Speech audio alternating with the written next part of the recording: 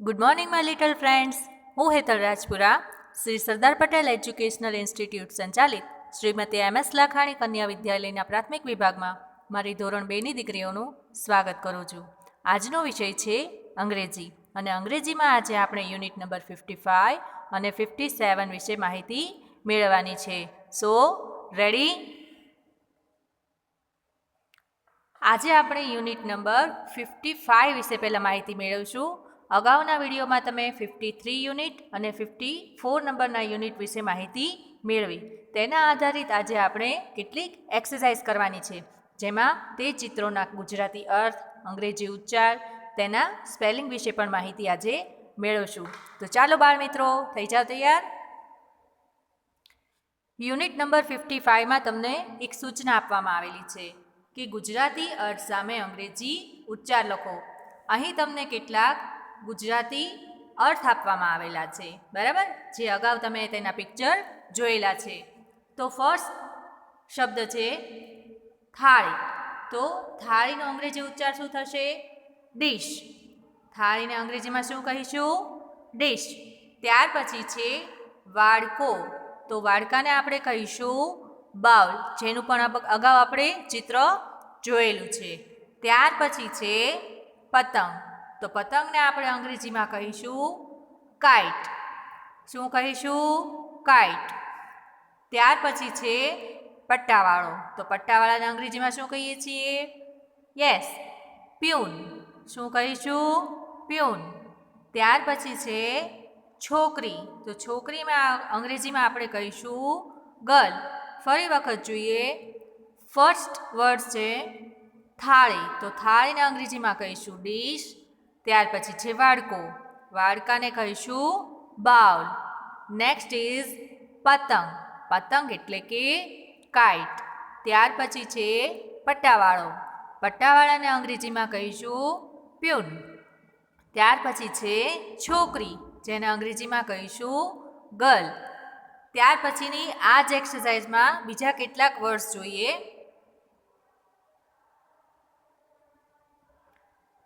First છે તેમાં સાબુ. તો સાબુને આપણે અંગ્રેજીમાં શું કહીશું?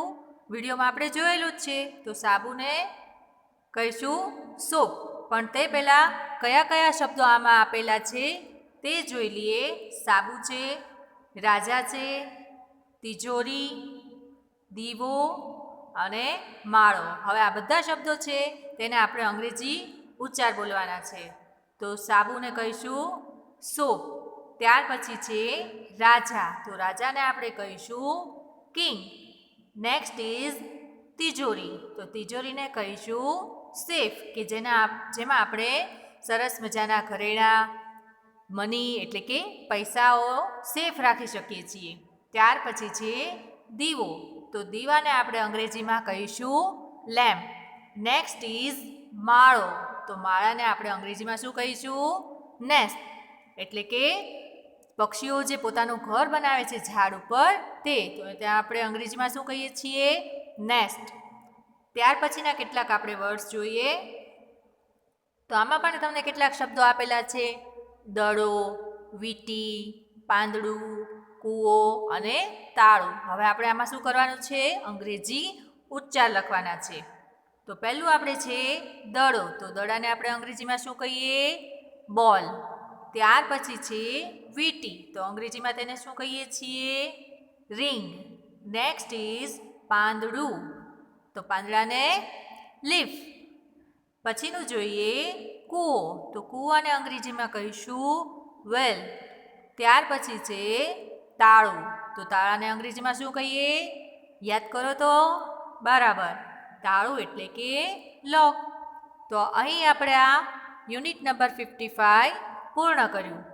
ત્યાર પછી જોઈએ યુનિટ નંબર 56. આ શું લખેલું છે તમને બધાને ખબર છે? એક ઘરનું ચિત્ર આપવામાં આવેલું છે, બરાબર. તો યુનિટ નંબર 56 વર્ક એટલે કે કામ કરવું, અને ફ્રોમ એટલે કે ક્યાંથી કરવાનું છે? જ્યાંથી તમારે કરવાનું હોય તે. અને નીચે તમને શેનું ચિત્ર આપેલું છે? ઘરે, બરાબર, ઘરનું ચિત્ર. તો વર્ક ફ્રોમ હોમ એટલે શું? કે ઘરેથી રહીને તમારે યુનિટ નંબર 56 કરવાનું છે. ક્યાં કરવાનું છે? ઘરે કરવાનું છે. બરાબર, યુનિટ નંબર 56 ઘરે કરવાનું છે અને તે પણ હસતા હસતા અને રમતા રમતા. આ બધાના અર્થ મેં તમને અગાઉના વિડીયોમાં કહેલા જ છે. બરાબર, તો તેના ઉપરથી યુનિટ નંબર 56 તમારે ઘરે રહીને કરવાનું છે.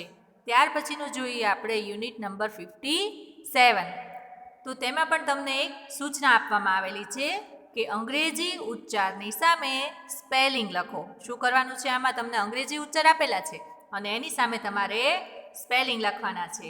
તો અહીંયા તમને કેટલાક અંગ્રેજી ઉચ્ચાર આપેલા છે. બરાબર, હવે એક એક જોતા જઈએ અને એની સામે આપણે તેના સ્પેલિંગ લખતા જઈએ. તો મારી સાથે તમે પણ લખજો. તો પહેલું છે કિંગ. તો કિંગ એટલે કે રાજા. બરાબર, તો એનો સ્પેલિંગ શું થશે? KING. કિંગ એટલે કે રાજા. ત્યાર પછી છે લેમ્પ. તો લેમ્પનો સ્પેલિંગ શું થશે? LAMP. લેમ્પ એટલે કે દીવો. Next is leaf. તો લીફને આપણે અંગ્રેજીમાં શું કહીએ? LEAF. લીફ એનો સ્પેલિંગ થશે. બરાબર, તો લીફ એટલે શું થાય? લીફ એટલે પાંદડું. ત્યાર પછી છે નેસ્ટ. તો નેસ્ટનો સ્પેલિંગ થશે NEST. નેસ્ટ એટલે બરાબર માળો. ત્યાર પછી જોઈએ ડીશ. તો ડીશને આપણે શું કહીએ? ડીશ જ કહેવાય. બરાબર, કારણ કે એનો આપણે તો શું કરવાનું છે? સ્પેલિંગ. તો એનો સ્પેલિંગ લખવાનો છે. ડીશ એટલે કે થાળી. DISH. ડીશ એટલે થાળી. નેક્સ્ટ ઇઝ લોક. તો લોકનો સ્પેલિંગ શું થશે? LOCK. LOCK. લોક એટલે તાળું. ત્યાર પછીના શબ્દો જોઈએ આપણે. તો એમાં પણ પહેલો શબ્દ છે પ્યુન. તો એનો સ્પેલિંગ થશે PEON. પ્યુન. ઓકે, તો પ્યુન એટલે શું થાય? પ્યુન એટલે પટ્ટાવાળો. તો ત્યાર પછીનો સ્પેલિંગ જોઈએ. સેફનો સ્પેલિંગ છે. સેફ એટલે શું? સેફ એટલે તિજોરી. આપણે અગાઉ જ વાત કરી. SAFE. સેફ એટલે તિજોરી. ત્યાર પછીનો ઉચ્ચાર છે બોલ.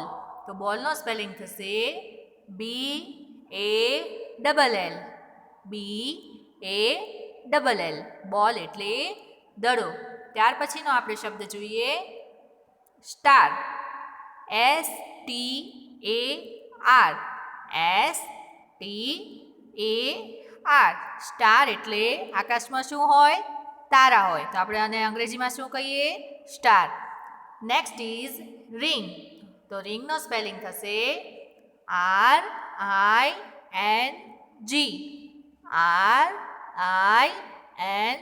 RING. રિંગ એટલે વીંટી, જેને તમે સુંદર મજાની તમારી નાની નાની આંગળીઓમાં પહેરો છો. ત્યાર પછી નેક્સ્ટ જોઈએ બાઉલ. તો બાઉલને આપણે અંગ્રેજીમાં શું સ્પેલિંગ થશે? BOWL. બાઉલ એટલે કે વાડકો. તો અહીંયા તમે યુનિટ નંબર 57 વિશે માહિતી મેળવી. બરાબર, તો પછીના વિડીયોમાં આપણે ફરી મળશું. બધાને થેન્ક યુ વેરી મચ. ઘરે રહો, સુરક્ષિત રહો. Stay home, stay safe. Okay, thank you very much.